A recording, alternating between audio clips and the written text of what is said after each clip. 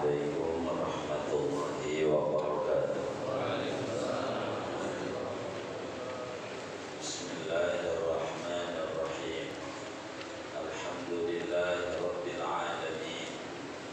Wassalatu wassalamu ala sayyidina Muhammadin wa ala alihi wa sahbihi ajma'in. Amma ba'du.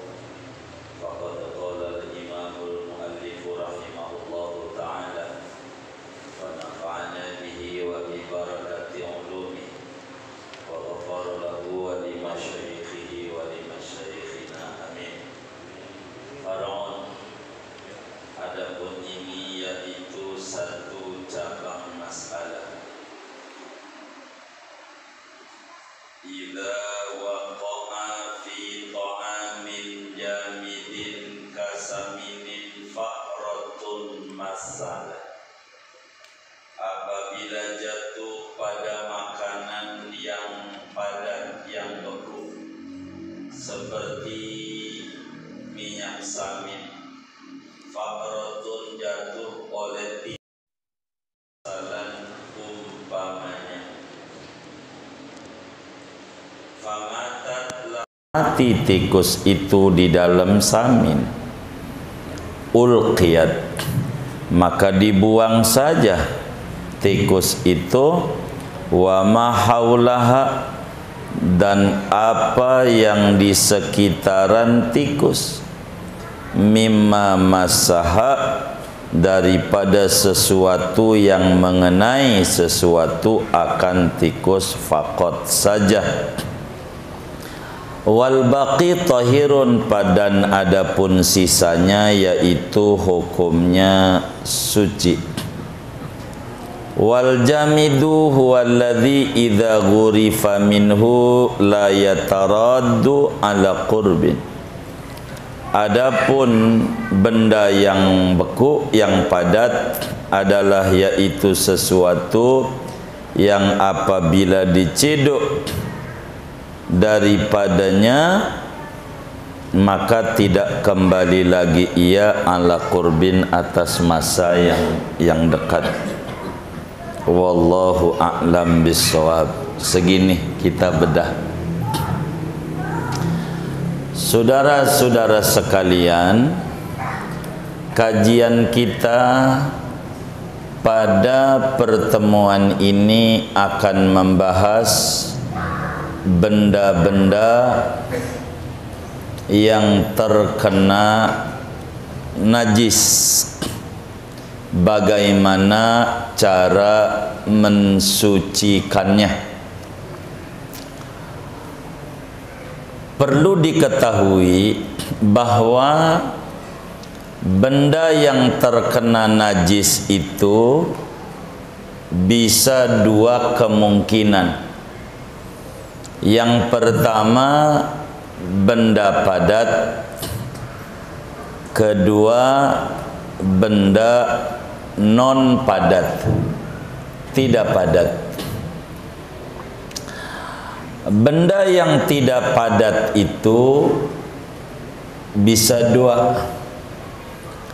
Pertama adalah benda cair selain air. Yang kedua adalah air. Dalam hukum dipisah antara air dan benda cair, punya ajaran tersendiri. Sehingga ada tiga paparan. Saya tidak cukup waktu dari tiga. Nampaknya ini hanya bisa dua saja. Tar yang ketiga cukup waktu kita bedah faraun bagian bawah. Artinya bagaimana cara kita mensucikan benda padat. Yang kedua, bagaimana cara mensucikan benda cair selain air yang kena najis. Ketiganya, bagaimana cara kita mensucikan air yang terkena najis.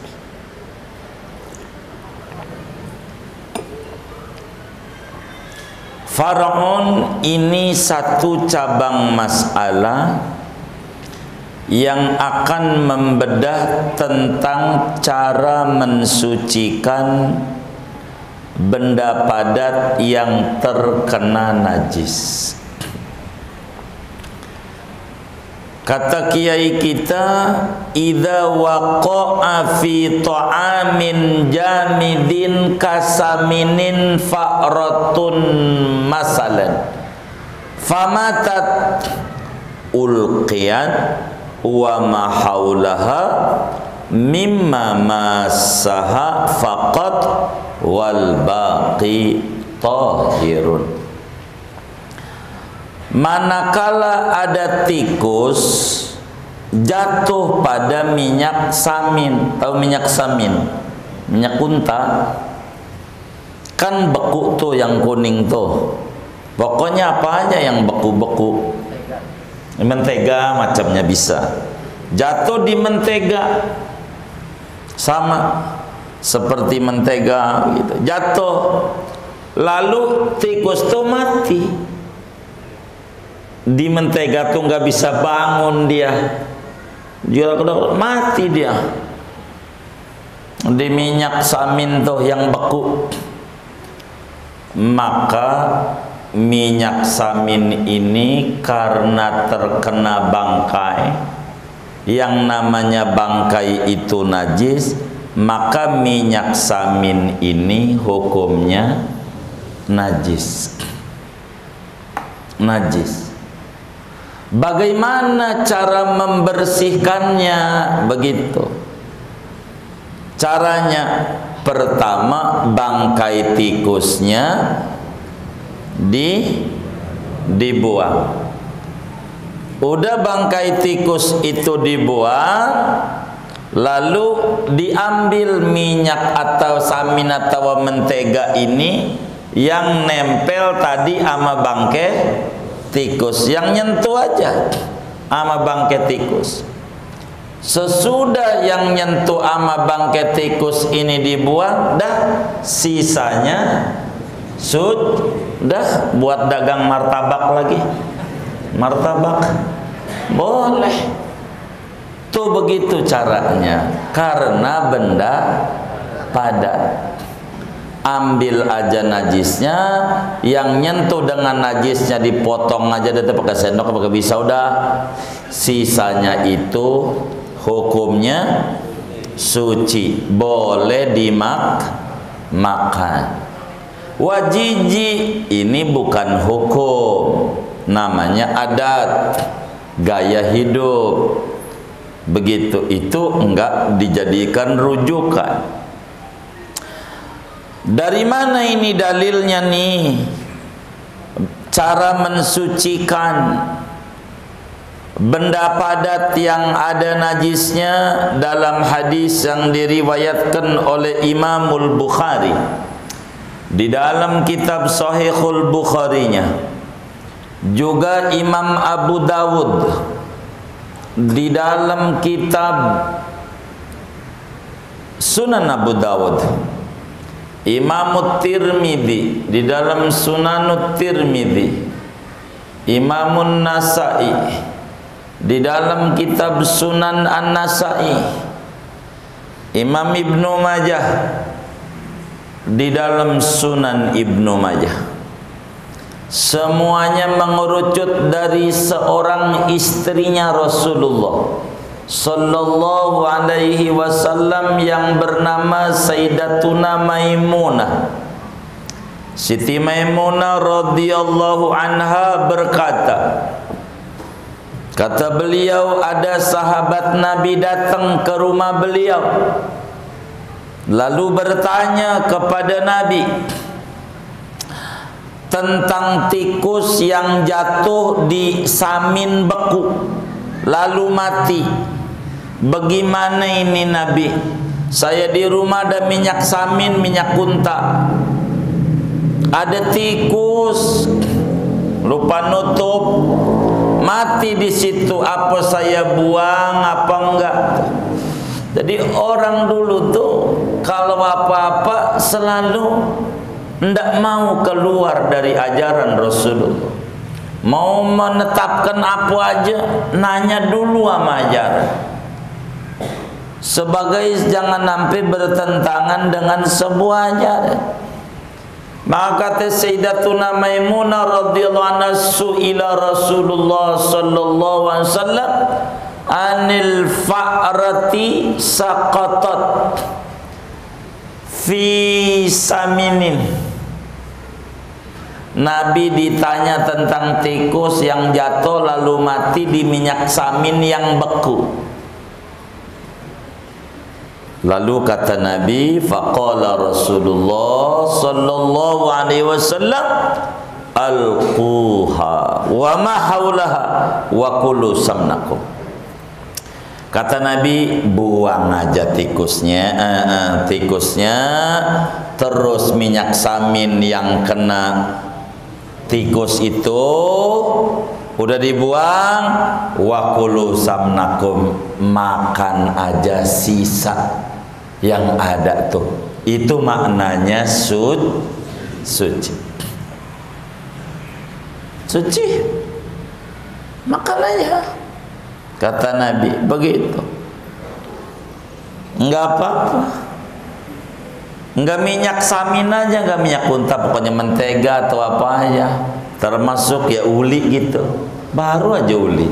Ada tikus dimakan cicak, kucing jatuh di uli, baru ditampah, buang aja atas. Sisanya makan, goreng aja, ntar jadi gemblong ya kan? Gemblong apa gemblong? Iya begitu dah. Nggak apa-apa. Kok ada gurih-gurih ini, ada ekstraknya. Gitu. Jangan dibikin susah. Itu begitu ajarannya. Jadi Islam itu yang kecil-kecil begitu aja diatur dengan tertib, ngatur, diatur sama Islam. Itu namanya cara mensucikan benda padat. Caranya kayak begitu. Udah buang aja, ambil. Kalau ini makanan, masalahnya kan makanan padat. Apa arti padat? Wal jamidu huwallazi idza ghurifa minhu la yataraddu ala qurbin. Yang namanya padat tuh kalau diciduk kagak balik lagi, buru-buru. Itu namanya padat. Tapi kalau kayak air diciduk lah balik lagi, nggak ada bekas cidukannya, itu namanya tidak padat. Itu satu. Kalau ngomong padat ada lawanannya, namanya cair. Nah, cair ini ada dua, ada cair bukan air, ada cair air. Ini hukumnya dibedakan dengan dua cabang masalah tuh, di bawahnya far'un lagi. Bagaimana kalau yang kena najis itu benda cair selain air? Maka hukumnya saudara, bila mana benda-benda cair kayak minyak, sirup marjan, sirup ABC, apa aja, kopi, apa aja dah, benda-benda cair, minyak, gitu. Kalau dia terkena najis, benda-benda cairnya, otomatis dengan kejatuhan najis itu jadi najis. Ini minyak setong, sedrem, sekaleng, kena bangkai tikus, najis. Mau banyak mau dikit. Sebab nabinya mentafsil pada air, idza balaghal ma'u qullataini lam yahmil khabasan. Dalam riwayat Abu Dawud, fa innahu la yanjusu. Bila air mencapai 2 kula tidak najis. air, tidak ngomong benda cair. Sehingga benda cair mau banyak mau dikit, bila terkena najis dengan sendirinya jadi najis. Najis. Bagaimana cara mensucikannya? Benda cair selain air nih kagak bisa. Wa yuta'adzaru tathiruhu, kagak bisa diolah dengan cara apapun sehingga berubah menjadi nggak bisa. Ini minyak kena bangkai tikus diambil najis saja. Kalau begitu saya tambahin lagi setengki, tetap aja najis saja. Apakah itu bensin, apakah itu premium, apa pertalite atau apanya, itu otomatis najis kalau terkena najis dengan sendirinya. Enggak bisa diolah, kagak bisa. Kenapa? Karena Rasulullah sallallahu alaihi wasallam tidak membedakan pada benda cair. Yang dibedakan hanya pada air. Kalau air, kalau banyak terkena najis, tidak berubah, suci. Kalau air dikit terkena najis, mau berubah mau tidak, najis. Air.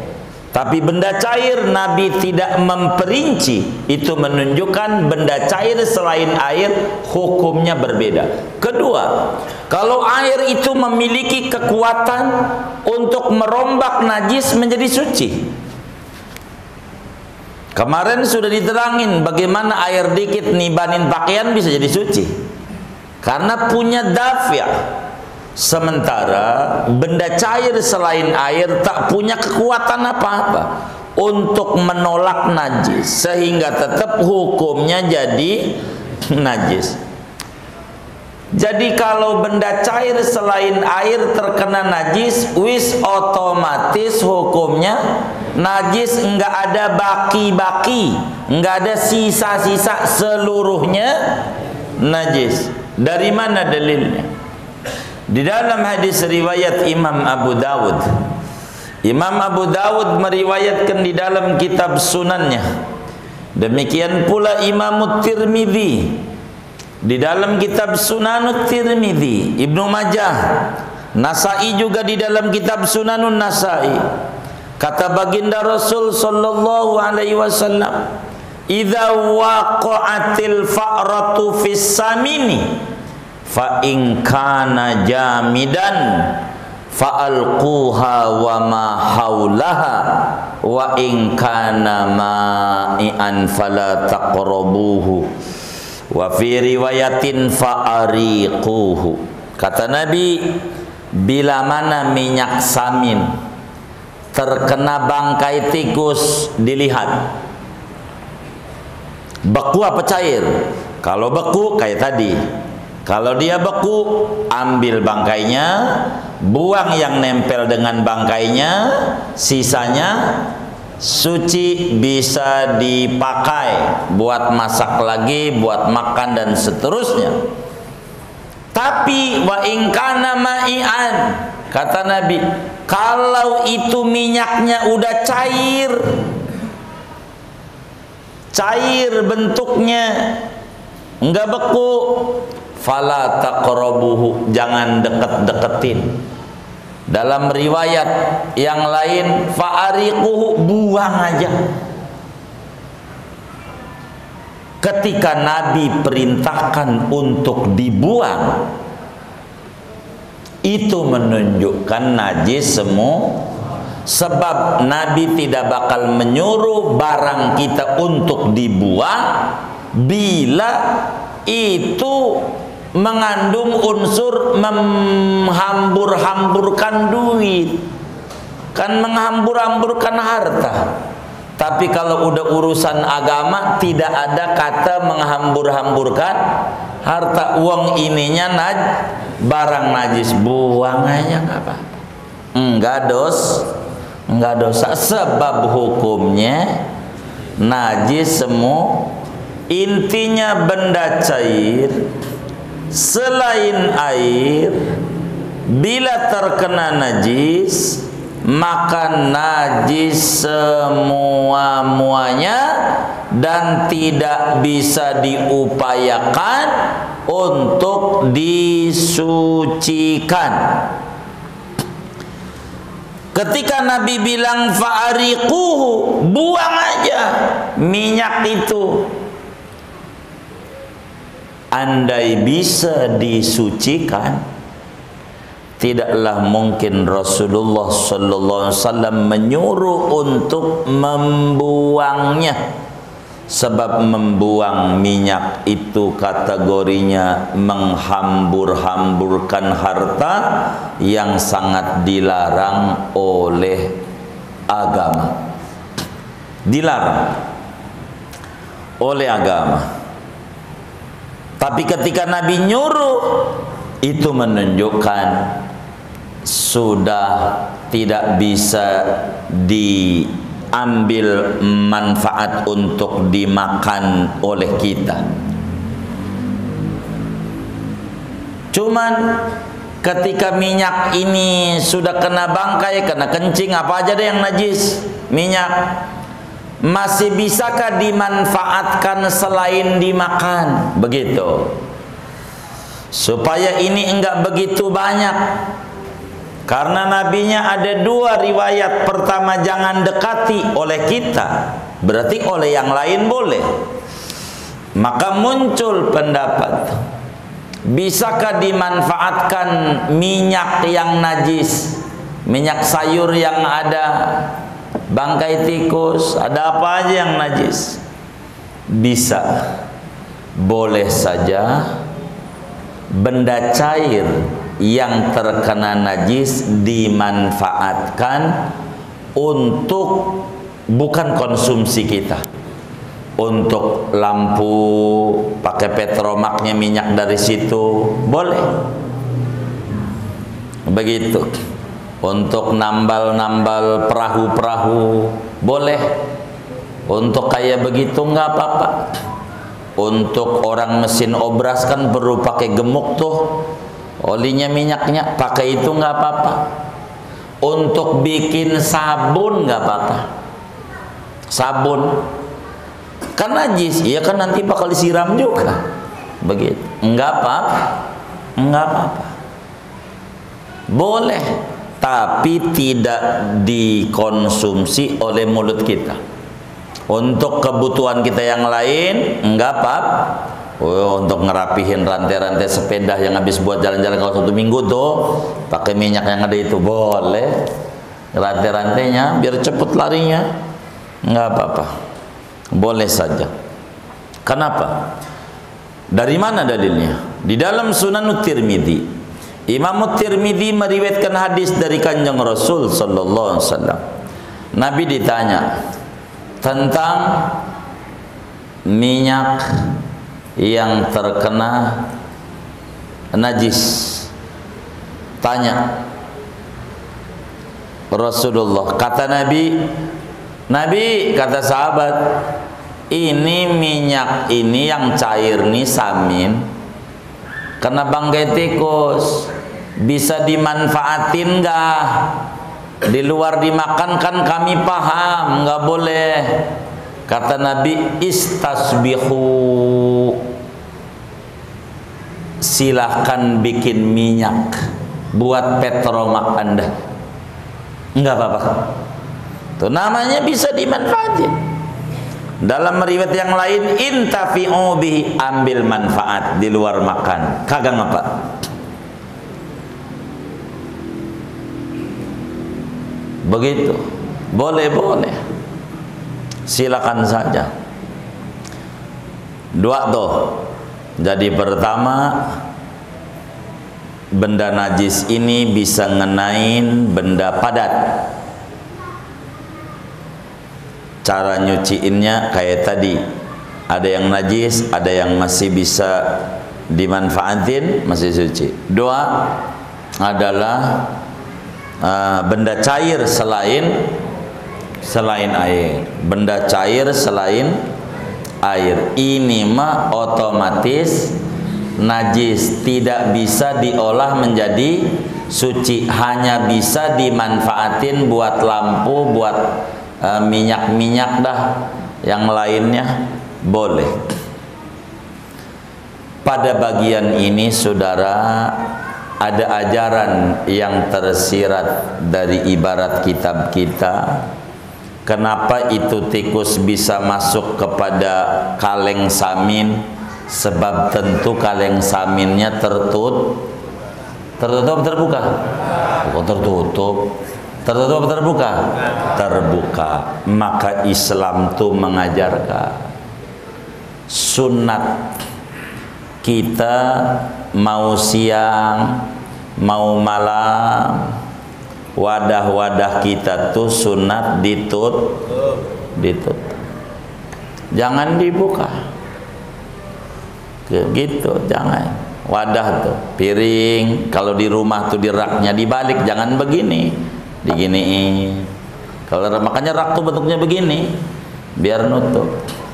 Ini panci jangan dibuka begini, dikasih tutup. Semuanya kudu ditutup-tutup. Sunat, karena memang itu diantara ajaran yang diajarkan oleh junjungan kita Nabi besar Muhammad SAW. Walaupun nutupnya pakai kayu, pakai pulpen deh, tutup aja. Kalau nggak punya tutup begini di rumahnya, pakai ini aja jadi. Tapi baca bismillah dulu, bismillahirrahmanirrahim, biar kita nggak penyakitan. Kenapa ada orang kena penyakit stroke, gula, asam urat, ginjal, miom, paru, hipertensi? Seringkali dia minum pagi-pagi dari gelas yang masih terbuka dari malam. Ini gelas yang udah terbuka begini pagi tak boleh diminum, menimbulkan penyakit. Menimbulkan penyakit. Rasulullah sallallahu alaihi wa alihi wasallam dalam hadis yang diriwayatkan oleh Imam Muslim di dalam kitab Sahih Muslimnya, Imam Abu Dawud di dalam Sunan Abu Dawudnya dari sahabat Jabir bin Abdullah radhiyallahu taala anhuma wa ardahuma, kata beliau, qala Rasulullah sallallahu alaihi wasallam, Rasulullah SAW bersabda, ghattul ina, tutupi wadah-wadahmu, jangan terbuka, ditutup. Makanya orang dulu kalau habis acara haul itu mau nganterin ke rumah encangnya, itu nasi ditutup pakai apa? Iya, daun pisang. Takut apa? Hah? Takut apa? Kenapa mak kudu ditutup daun pisang ini? Takut apa katanya? Dijilatin setan. Takut dijilatin setan. Kan kita ngeri juga daripada jilat setan, maka kita nurut juga ditutup. Habis kalau pakai dalil, puyang juga orang dulu. Yang penting mau ditutup aja dah. Itu prinsip. Dalil mah bukan urusannya. Jadi ditutup. Tutup. Ghattul ina. Wa auqus siqa'a. Tutup cerek-cerek, panci-panci, jangan dibuka pancinya, tutup sama tutupnya. Kenceng yang di kompor gas jangan dibuka minyaknya, tutup pakai tutup panci, tak boleh dibuka. Kenapa kata Nabi? Fa inna fis sanati lailatan yanzilu fiha wabaun, karena dalam setahun itu ada satu malam, Satu hari yang di sana turun wabah-wabah penyakit macam-macam, yang mana wabah itu enggak bakalan nyampe dan masuk pada wadah yang tertutup, pada panci yang tertutup. Yang terbuka mesti masuk. Kalau sampai terjadi penyakit macam-macam, jangan salahin Allah, salahin diri sendiri yang tidak mau dekat dengan nabinya, enggak mau nyontoh ajaran Rasul. Tutup kalau malam, jangan dibuka, penyakit. Bahkan zaman dulu seorang salafus soleh membuktikan kejadian itu, apa yang Nabi omongin. Jadi malam itu dia gelas ditutup, karena nggak ada punya tutup begini, pakai kayu, pakai pulpen lah gitu. Dia baca Bismillahirrahmanirrahim, tutup, tidur. Pagi, ini ada kalajengking nih melilit di sini nih. Kalajengking melilit. Jadi dilihat sama dia, ada katanya. Kata dia, Syekh Nai Banten tulis nih di dalam kitab Simarul Yani'ah, cerita ini. Nah, melilit dia, kata dia, ya Allah luar biasa Rasulullah. Coba kalau kagak ada kayu, itu si kalajengking langsung masuk minum di air, lalu bisanya, racunnya masuk di air, kelihatan gak sama kita, lalu kita minum, apa enggak banyak penyakit di badan? Hebat. Dengan ini tidak bisa dia masuk. Emang hebat, Nabi tahu. Itu dia nih, malam tuh tutup, tidak boleh ada wadah terbuka, tutup, tutup. Kita tidur tutup, kan kita bagus pagi minum air putih, tapi malamnya jangan begini, minimal ditutup begini. Kalau ada kayak begini ya kayak begini, tutup. Tidur pagi minum kan bagus, minum air putih. Itu sunat.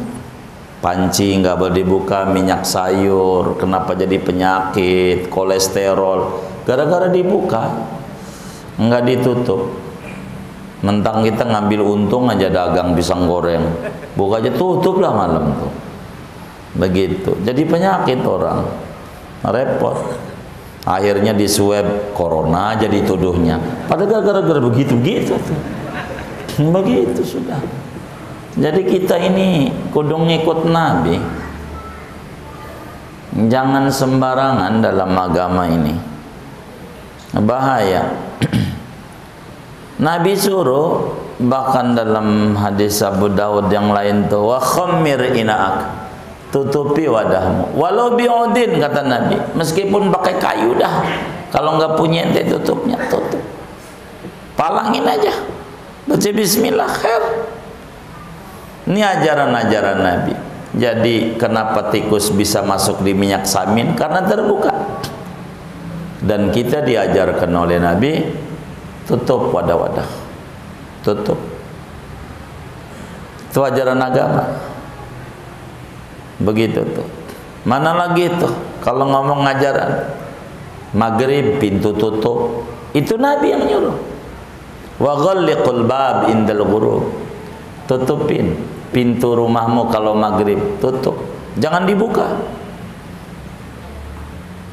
Ada Sibyan, kata orang kampung, kolong wewe gitu. Ajaran agama aja, maghrib tutup, habis maghrib mau buka-buka. Pokoknya maghrib pintu rumah kita tutup semua. Ayam aja paham, kalau udah maghrib pulang itu ayam. Emaknya kalau anaknya belum datang, nggak mau masuk rumah, itu sayang banget sama anak. Nggak kayak kita, sampai jam 12 malam anak kita belum pulang, nyantai aja. Kalah sama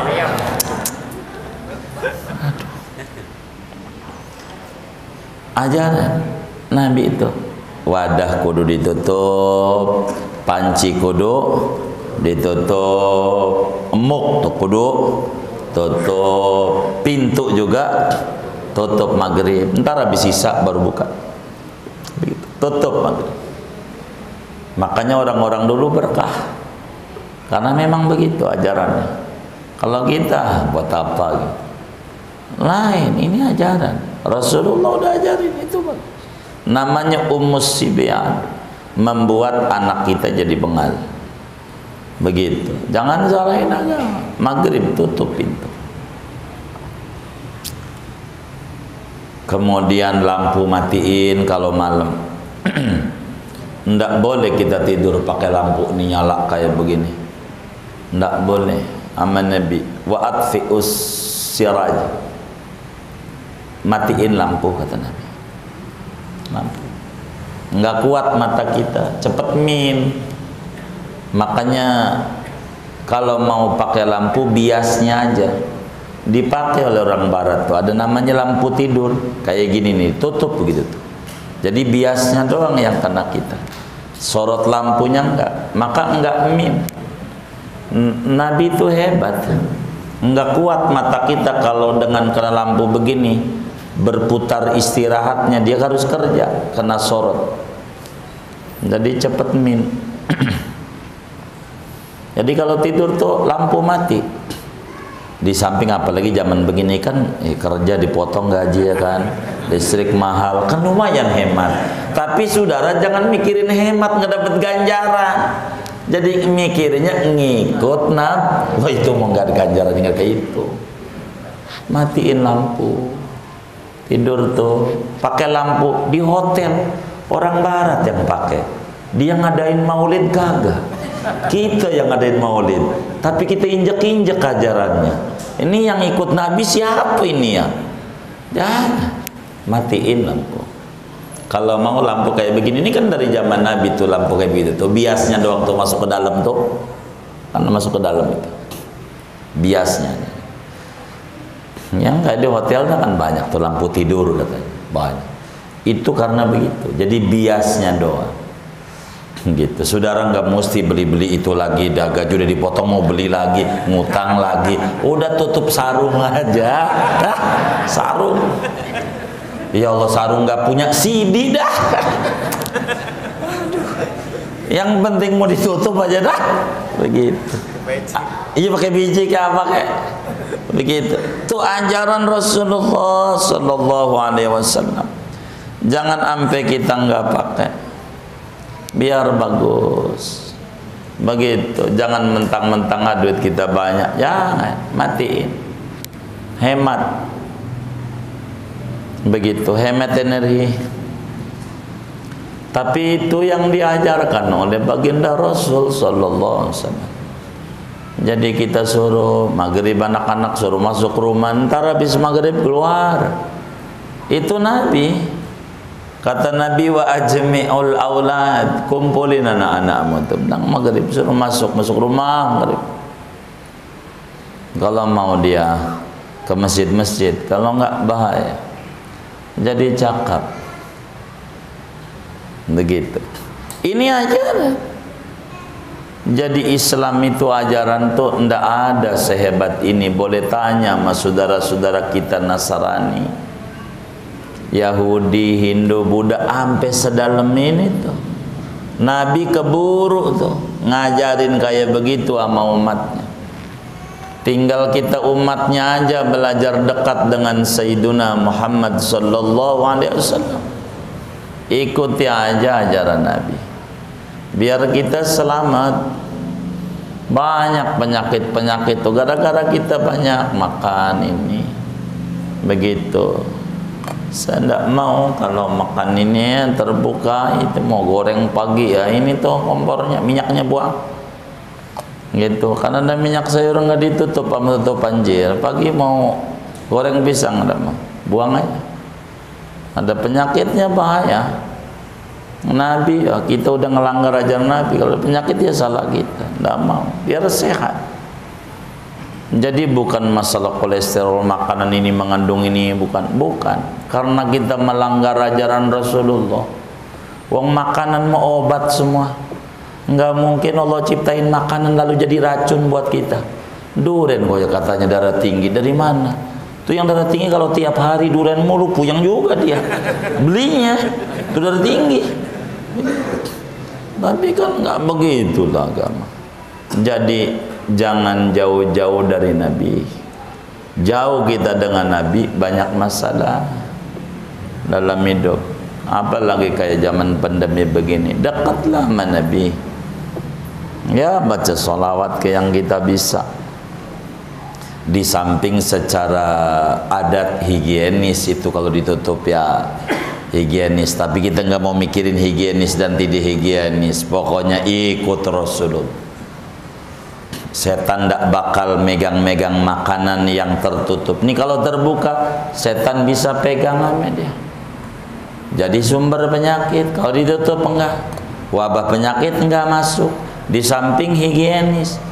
Betapa hebat itu ajaran-ajaran yang diajarkan oleh Nabi kita Muhammad sallallahu alaihi wasallam. Merugi orang-orang yang enggak mau ngamalin apa yang Nabi ajarin. Gitu. Kita orang jangan.